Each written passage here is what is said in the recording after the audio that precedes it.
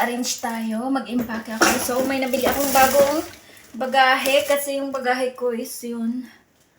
Yarn.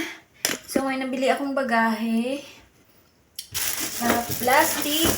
Nabili ko to siya sa SM department store. Yan. So, yung halaga nito dati is 5,500. Ito. Yung dati niya price is 5,599. So, 5,600 na siya. Nag-sale yung SM, kaya ang halaga na lang na nabili ko is 3,000 pesos. So, yan siya guys. Malaki. Yan.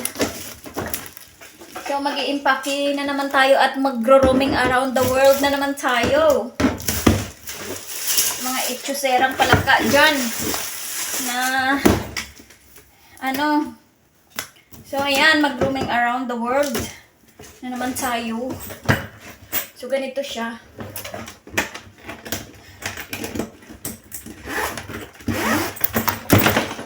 So, ano to? Dadalhin natin to?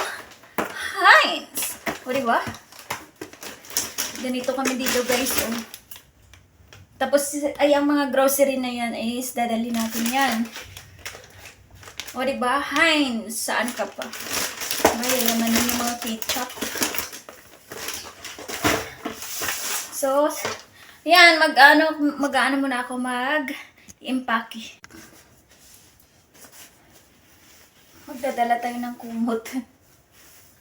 Diba?